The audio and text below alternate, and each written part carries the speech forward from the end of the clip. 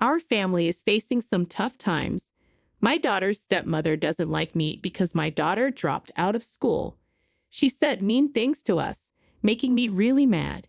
Even though my daughter warned me that she judges people by their education, I couldn't forgive her. I felt like she deserved to be treated the same way she treated us. Then she insulted my husband, and I got even angrier. Fired her husband from his job right away. I'm the boss of a big company, and I decided to teach her a lesson for picking a fight without knowing who I am. My name is Patty, and I'm 54 years old. I'm the president of a company, and right now, I'm living with my daughter, Nicole, who's about to get married. Life has been busy, especially since my husband died in a car accident when Nicole was just 3 years old. I still wonder why he left us. We promised to always be together. Now I'm a single mom, and I miss the times when we were a happy family of three. Sometimes, when I think about the past, it's hard to remember much because I was so overwhelmed. After my husband passed away, I had to take over his company and to juggle everything by myself, running the household, taking care of Nicole, and managing work. I didn't have any family nearby to help. I had to do it all on my own. Mom, are you okay? You're not sleeping at all. Nicole would worry. Yeah, I'm fine. Mom has to work hard to take care of us since Dad left. And I want to work hard so we can go on trips together. I'd reassure her. Nicole started helping out with chores as soon as she was old enough to understand. Even in elementary school, she pitched in with laundry and cleaning. When we had free time, we'd go to the park, shop, or eat out. It was a lifestyle I never expected as a single mom, but it was possible because of my amazing employees. The company's sales kept going up, so our life became more comfortable and prosperous. I started to notice something wasn't right with Nicole when she was in her 3rd year of middle school. One day, her homeroom teacher called me in. At first, I thought maybe she had a fight with a friend, but the teacher told me Nicole had been skipping school. What? But I have breakfast with her and see her off every morning. I said, feeling confused. I told the teacher, but I was at a loss. Nicole would say she was going to school, but instead, she'd spend time in libraries or parks. There were even reports of a student in uniform at a bookstore during school hours. Is there any trouble at home? The teacher asked, but I couldn't think of anything. Nicole always seemed happy and kind. I never noticed any problems. But now, I realize I might have missed something important. But Nicole acted normal when she got home, greeting me with her usual mom. Welcome back. You're late. I'm hungry. I knew I had to address the problem, so I gathered my courage and asked Nicole about it. Today, your teacher called me at school. I began. What? That was the first time I saw Nicole's expression change. I'm sorry. I completely missed your worries, I admitted. Nicole looked surprised, probably expecting to be scolded. If you have any worries, don't hesitate to tell me. Mom will never force you to go to school. I assured her. That's when Nicole started to open up, tears streaming down her face. It turned out that she had been ridiculed and laughed at in school because she came from a single-parent family. Ours was the only family like that in her middle school. I haven't done anything wrong, Nicole said tearfully. You're right, Nicole. You've done nothing wrong. It's my fault for not noticing how much you were suffering. I'm sorry, I apologized. We talked until dawn, and we decided that Nicole didn't need to force herself to go to school anymore. We were already at the point of deciding her future. But honestly, that didn't matter to me anymore. Nicole tried going to school on good days, but it seemed she never quite fit in with her classmates. At first, there were some kids she got along with, but even they distanced themselves when they found out she was from a single-parent family. By the time she was about to graduate, Nicole seemed to have accepted her situation, saying something like, "It's fun having all sorts of people in the world. Everyone's just narrow-minded." Of course, I agreed with Nicole. I have the company my late husband started, and thanks to our hardworking employees, we can live comfortably. But I wonder how people would see us if we didn't have this source of income. Nicole graduated from middle school without any issues. However, she chose not to go to high school, so she ended up being a middle school graduate. But in today's world, as long as you're willing to study, you can always start over. So I thought it was okay to wait until that time came. Nicole, who started working after middle school, worked harder than I had imagined. My dream is to marry the man I love and become a wonderful wife, Nicole said one day, now over 20 years old. Occasionally, she mentioned marriage, which made me think she probably had a boyfriend. "Hey, Nicole, do you have a boyfriend?" I asked. "Yeah, you caught me. Yes, I do. We've been together for a year now. His name is Fred. He says he wants to marry me," she revealed. "That's amazing. You're already talking about marriage," exclaimed, feeling happy for her. While we were enjoying a leisurely dinner and getting excited about Nicole's future dreams, it seemed she had hit another big obstacle. "Actually, I ran into Fred's mom by chance when we were out on a date," Nicole shared. "Really? What was she like?" I inquired. "Well, she was kind of scary and might have made some snide comments. She even brought up education," Nicole explained. "I see. It seems Fred's mother values education and has an old-fashioned mindset. It's outrageous to check educational background at the first meeting," I remarked, feeling frustrated. But according to Fred, it's a usual thing for his mother. Nicole honestly told her that she was a middle school graduate, which seemed to shock her. Unbelievable. I've never heard of someone being just a middle school graduate nowadays, Fred's mother exclaimed. "Fred, are you really okay with this? Maybe you should rethink this. This girl is definitely not right for you," she added, saying such harsh words in front of Nicole. As her mother, I was furious to the max. But then I wondered how Fred responded to his mother. Did he protect Nicole? However, it seems Fred did his best to defend Nicole. "Mom, please stop judging Nicole based on her education alone. She's not the person you think she is." I fell in love with Nicole for who she is, not her education. What's that supposed to mean? You can't listen to your mother's opinion. Everything has gone well because I was here. Have you forgotten all the favors I've done? Fred's mother retorted. "No, it's not like that," Fred replied. "But I really think Nicole is my soulmate. That's why I want you to see the good in Nicole." Fred pleaded with his mother, but she seemed unconvinced. However, she didn't say anything more at that moment. Normally, that should have been the end of it. However, as they were about to leave, Fred's mother forcefully stopped them and insisted on going out to eat.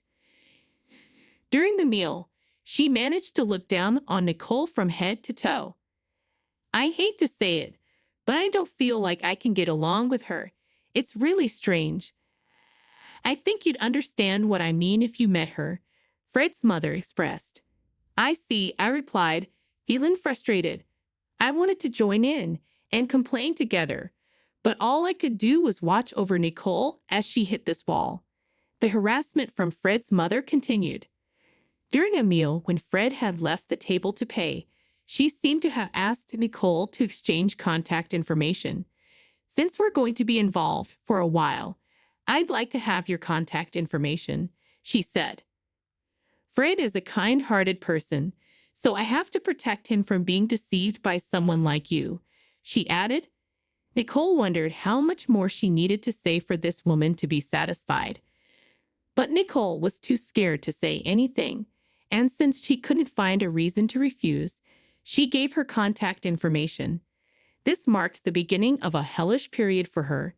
She started receiving several emails a day from Fred's mother, driving her nearly insane.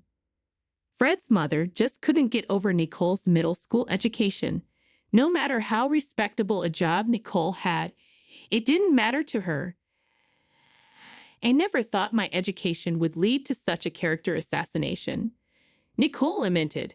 Is being a middle school graduate really that bad? She asked. What are you saying? That's just a few people talking. Don't worry about it, I reassured her. Yeah, you're right.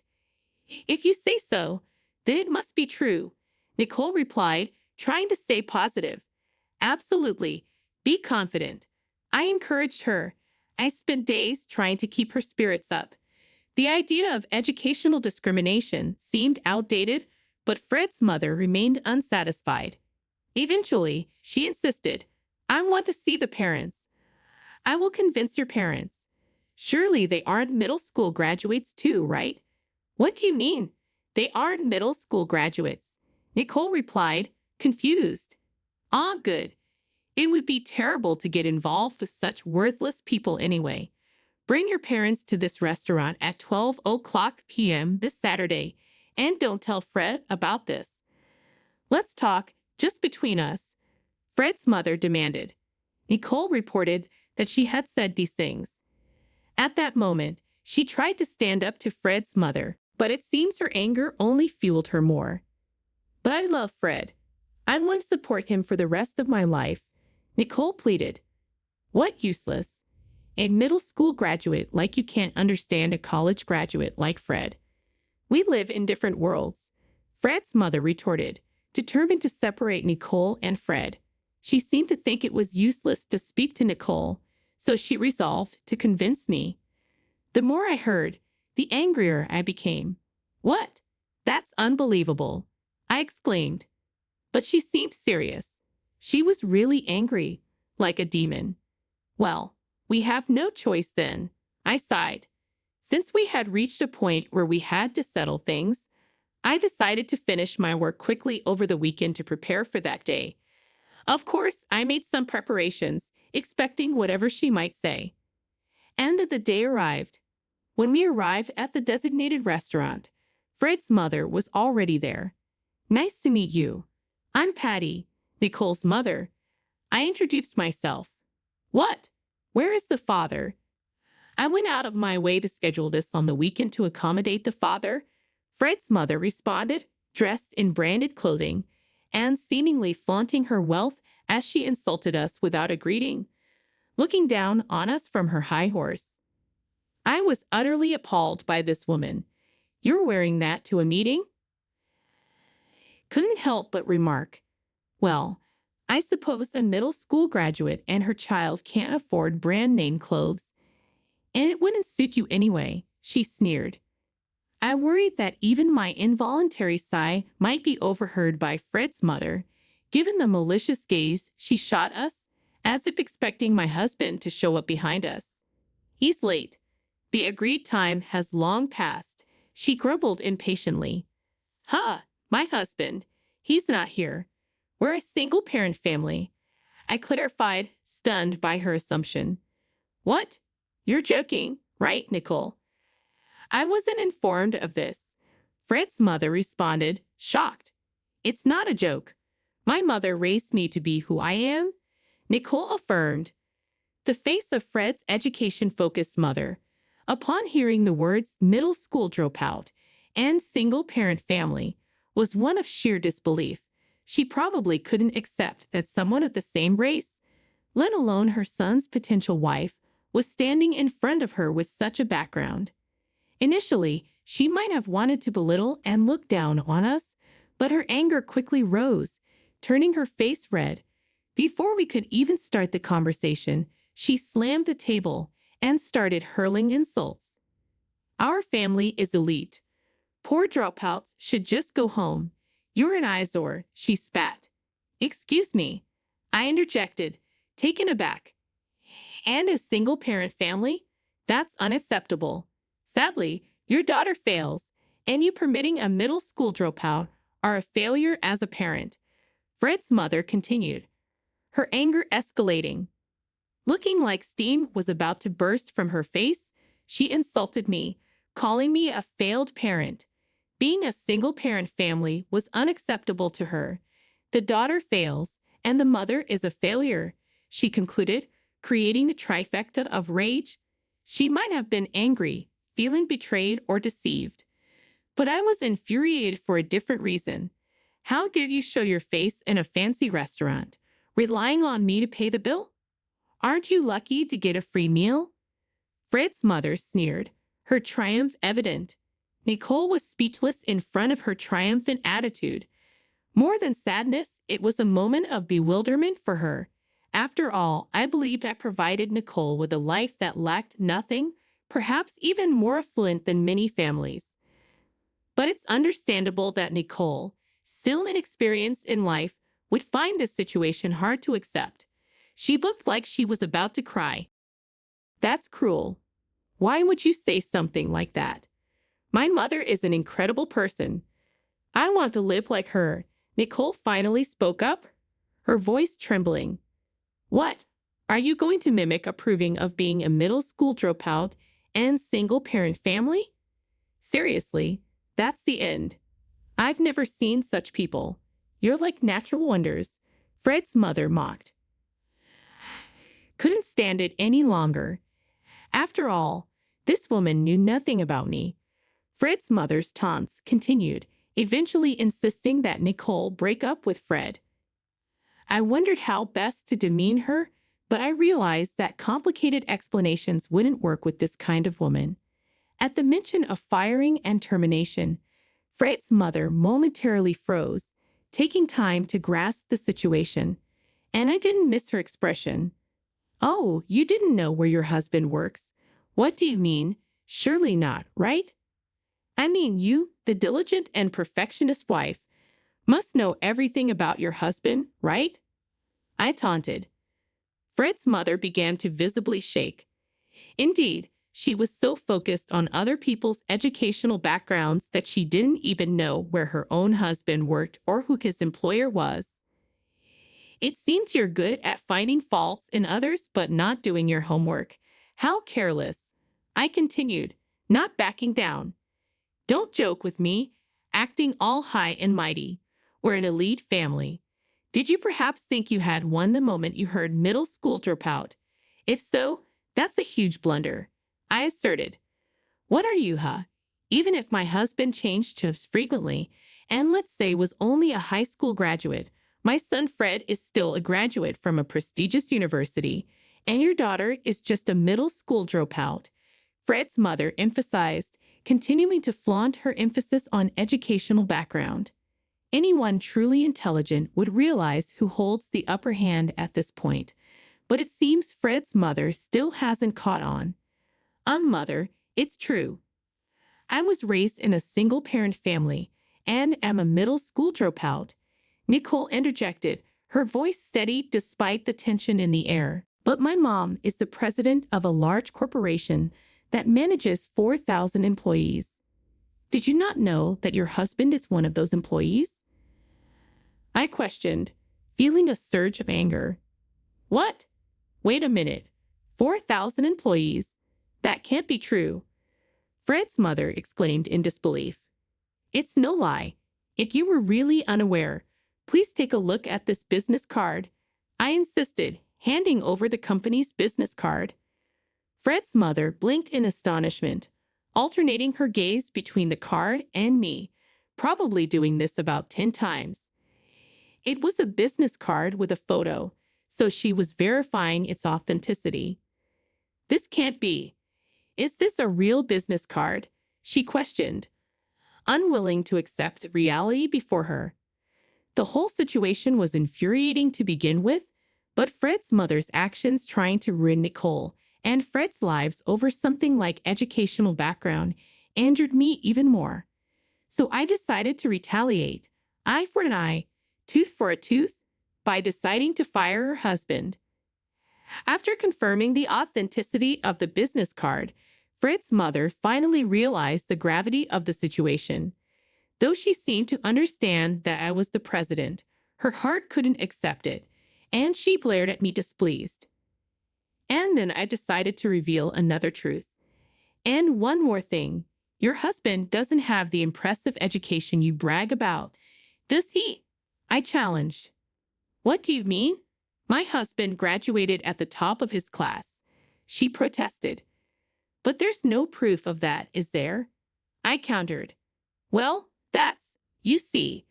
Fred's mother stumbled, clearly caught off guard. Nicole and I could only be amazed. There's a limit to being delusional. It felt unbelievable that we were dealing with such a person. Believing in one's family is admirable, but that doesn't give anyone the right to belittle others based on education. But since I've decided to fire her husband, whatever comes next hardly matters. It's time to tell the truth. Your husband's highest level of education is high school, isn't it? I revealed. What? Well, you see. Moreover, he joined our company in his 30s through mid-career recruitment and even failed the interview. Fred's mother admitted, her facade crumbling under the weight of the truth. Twice, only after he pleaded, did we reluctantly hire him. That's impossible. Fred's mother protested, shaken by being told something she never wanted to hear.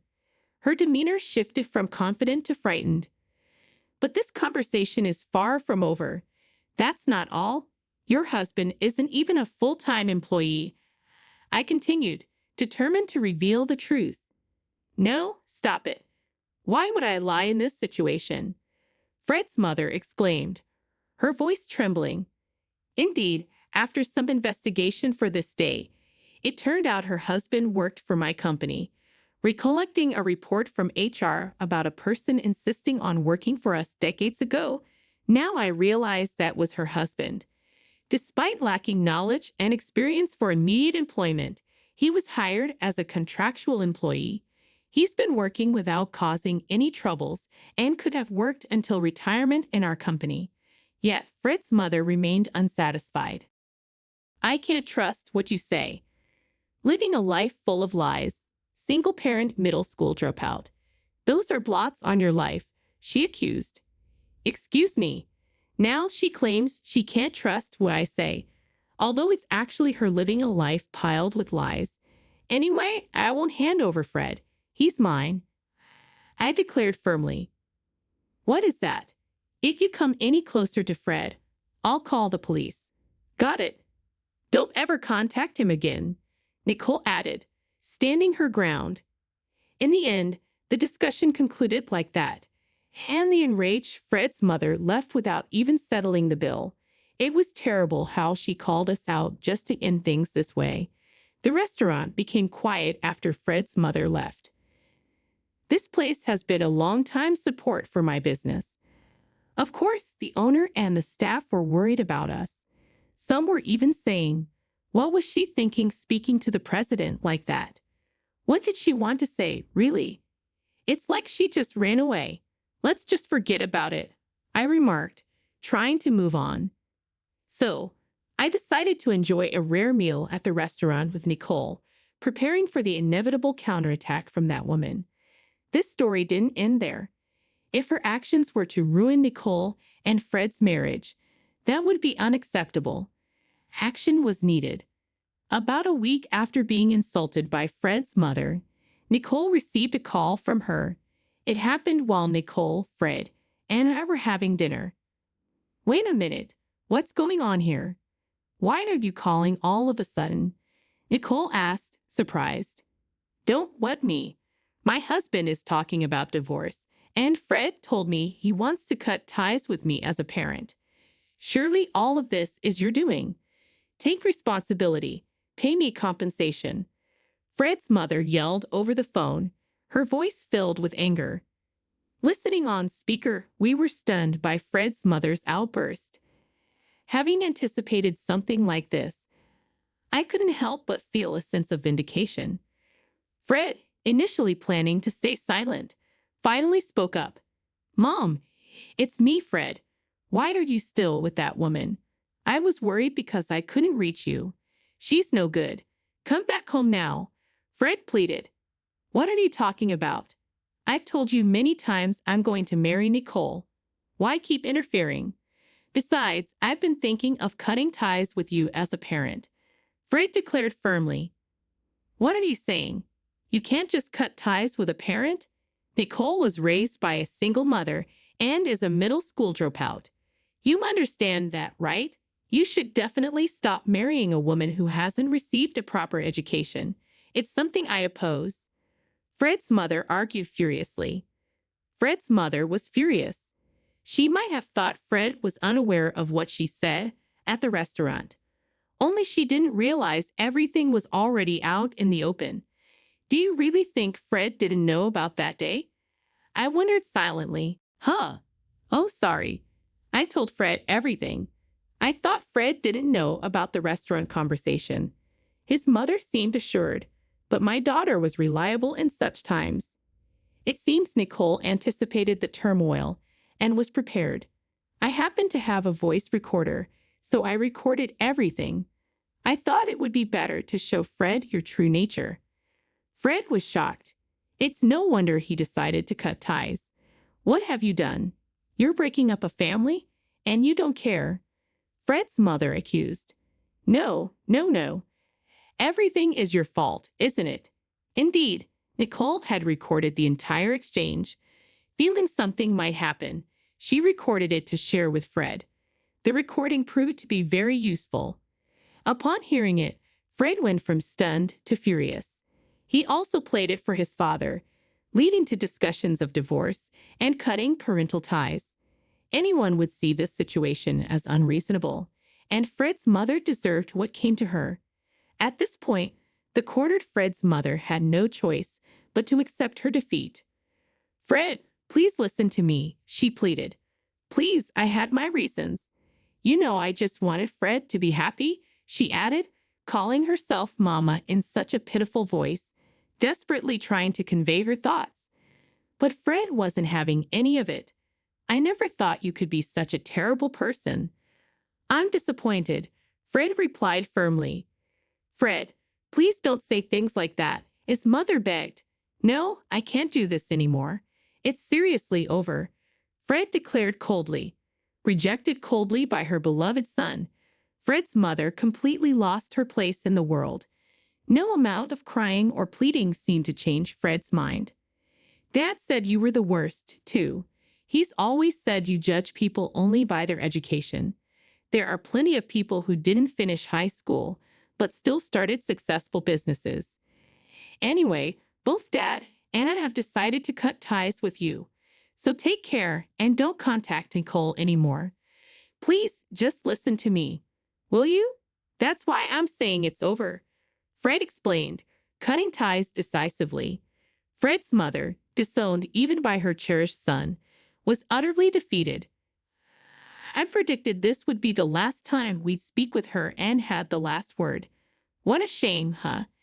The things you do always come back to bite you. And let me drive this home. If you try anything that hurts my precious daughter again, it won't end well for you. Remember, everything you say and do to Nicole gets back to me, I warned firmly. Despite her continuous excuses and apologies, Fred's mother begged, I'm sorry. It was my fault. But please let me talk to Fred at least one last time. Tired of her incessant demands, I unilaterally ended the call and immediately blocked her number. Even her emails were blocked. Wondering why Fred's mother would contact Nicole, it turned out Fred had already blocked her number. It seems the divorce between Fred's parents was imminent, with Fred's mother being told to pack her things and leave the house within a few days by Fred's father. Fred's father decided on divorce not just because of the criticism about education, primarily because she tried to ruin Fred's happiness from the beginning of their marriage. He had informed her he was a high school graduate and had promised to work hard and provide for the family. Despite moving between companies and never taking any money for himself, Fred's father worked tirelessly for his family. Being undervalued and looked down upon led to his breaking point. Abandoned by her hard-working husband and disowned by her beloved son, Fred's mother faced a bleak future with no money, no home, and no family. It was instant karma. Having never worked outside the home, She now faced the daunting task of earning her own living. Though she won't be able to maintain her previous lavish lifestyle or act superior to those around her, she'll have to manage somehow. Currently, she's said to be doing physical labor at a night construction site. Eventually, Nicole and Fred's wedding date was set. Seeing their happy faces made me incredibly joyful. They seemed to be tied by the red string of fate. As for Fred's father, despite saying he was fired in front of Fred's mother, his diligent and excellent work ethic was well known among his colleagues. Although his education was lower compared to other employees, he had become indispensable to the company and was relied upon by his juniors. Deciding it would be impossible to fire such a dedicated worker, I only bluffed in front of Fred's mother. He will continue working at my company. It feels strange to become relatives with Fred's father through the marriage of our children, but I believe we can build a good relationship going forward. Nicole looked exceptionally happy, which meant the world to me. Mom, thank you for raising me. I will make Nicole happy for the rest of our lives, so please rest assured. Fred assured. No parent could hear those words without shedding a tear. Fred, please take good care of Nicole from now on. I believe my husband in heaven would also be pleased. As a mother, I'll continue to watch over them, hoping for their lifelong happiness.